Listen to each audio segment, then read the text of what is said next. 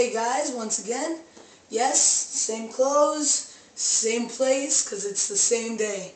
I want to go ahead and make another video.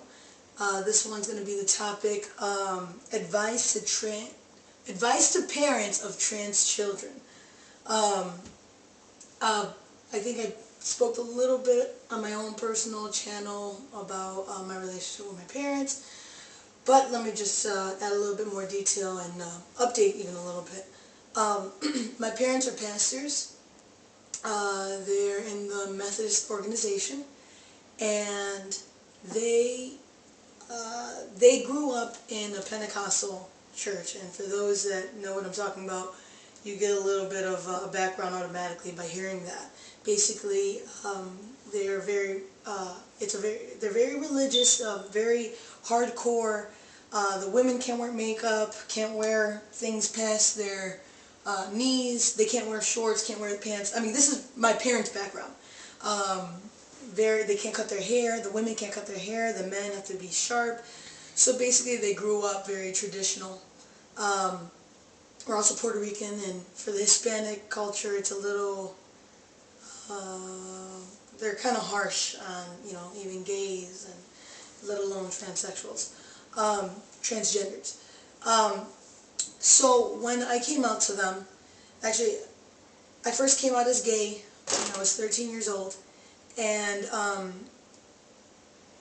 they tried de-gaying me ever since I was, 18 to them, and then when I came out as transgender, they started opening up a little bit more.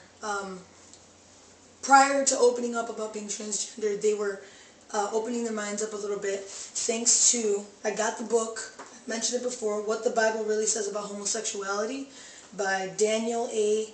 Helminick, something like that. You'll find it, just the title. And it really just touches the topic about homosexuality and the Bible. It's actually a really good book. And you guys might say, well, I'm not talking about, homosexual, I'm not talking about transgender. And the truth is, it's kind of a step towards that, if you're very religious. It opens your mind up, and so you're able to more explore what you're looking for. And truth, is there somewhere in the Bible that says, absolutely, homosexuals and transgenders are completely A-okay? I haven't found it yet. But I have found things to contradict what many religious people say as far as condemning gays and homosexuals and transgender people. So that's a helpful book. When I opened up as being transgender, my parents took it hard. Of course, they took the route of, God made everyone perfect, and, those topics are all a topic in itself. But my point is my parents are still dealing with it. But certain things that helped, it helped communicating with them. I don't want to go too deep into it, but me coming out as transgender was actually not my decision to make. I was seeing a therapist at that moment that is connected to the family, and she kind of forced me to tell them before I was ready. And it was actually really hard. I remember it was the worst night of my life, and my friends and my girlfriend can bear witness to that it was really hard. But anyways, I wasn't there when they were told. But I did talk to them shortly after, and they weren't okay with it. They didn't think it was right, and they still want to avoid it. My mom, she's a little bit, not hard, stern, but more, she doesn't believe it, or she just can't come to believe it. It's more emotional for her. I was in her belly for 9 months. She knew what she was going to have when the doctors told her she's having a baby girl. And I think it's just too hard for her to comprehend, or too hard for her to accept. But, on a quick note, I've communicated with her. Even if she doesn't like it, she talks to me. Now, she doesn't approach me, I approach her. But when I do, she is very open to conversation. We might debate, but we also have this thing where we not simply agree to disagree, but also respect, so we won't touch certain topics. And one thing that was really, it really meant a lot to me, she recorded that, it's a movie, it's called, here, I looked it up. It's called A Girl Like Me, the Gwen Arroyo story, which you guys might be familiar with. And it's basically a story about a trans woman, and she was brutally murdered, and it's just a really sad story. A lot like Boys Don't Cry. But this one, it wasn't too blunt, or it wasn't too strong. The material that was there wasn't too strong. It showed, it implied most of the violence and all that stuff. And we watched it together, and it was great. But what meant more to me was that she recorded it. She's completely against it. Whenever my sister refers to me as male, you know, behind my back, not behind my back, but, you know, she expresses it to my sister that she's not in agreement with it, that it bothers her, but yet she recorded this. And what I want to say to the parents is it's just the effort. You know, even if you don't understand, even if you don't want to accept it, even if your beliefs or your culture tell you no, and of course, if you love your kids, just the effort that you put in. And I'm not saying that you have to change ever. It'd be totally cool if you know, saw it through your kid's eyes. But even if right now you feel like no way, no how, I think just the communication and to continue that, you know, it's not always, it doesn't always have to be the center of, you know, the attention all the time.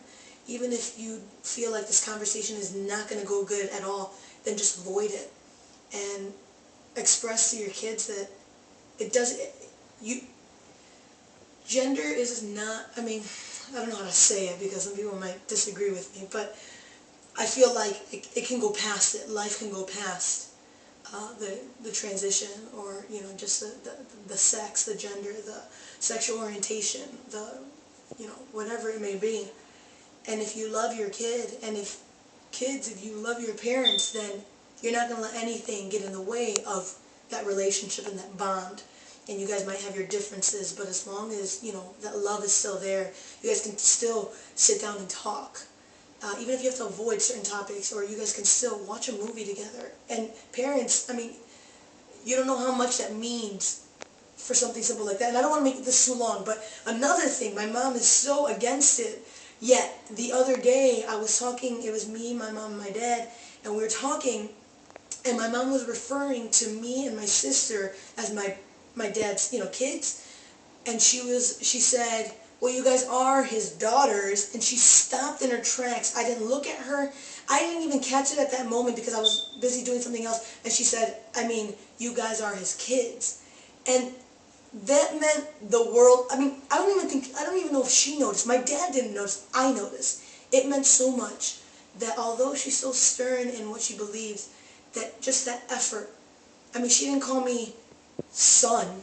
She hasn't gone there yet. But just the fact that she generalized it to avoid specifically calling me female, it meant the world to me. My dad was preaching this last Friday, so this is all in 1 week. And he was preaching, and he said, my daughters, or something like that. And, you know, I was in the back, and I don't really comment. I don't really, you know, it's whatever. They're still working, whatever. But when I told my dad about the story about my mom, he then said, yeah, when I was preaching and I said my daughters, I felt so wrong.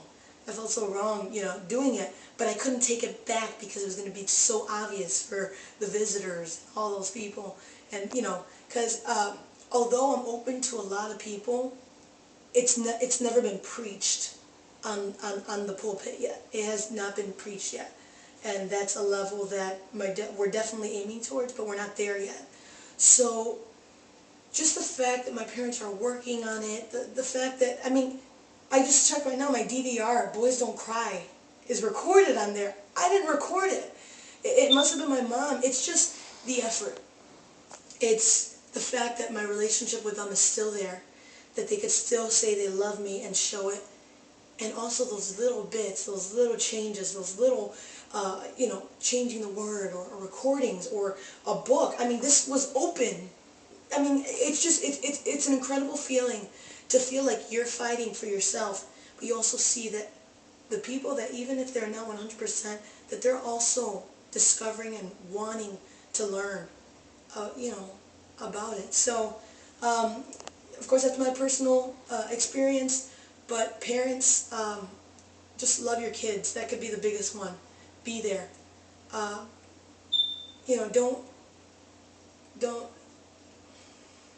Don't use hurtful words when you're angry, things like that. I haven't experienced it, but outside people have done it before. I mean, it's just simply love, and if you're up for it, try little things. Try to learn a little bit more. Try to watch one of the movies. Try to watch them with your kids. Try to read it with your kids. Talk to your kids. Watch the news. My parents were watching Dancing with the Stars. Every single time it came up, they brought up Chaz Bono. I mean, that stuff is awesome. Where at one point I had to force it, or I felt like I had to, and in turn I don't have to at all. They come to me a lot. So, especially my dad. So, sorry I talked a lot, but that's my advice. Keep the relationship, keep the communication, keep the love, look past the differences, and maybe even try learning together a little bit. So, thanks guys. I'll see you again.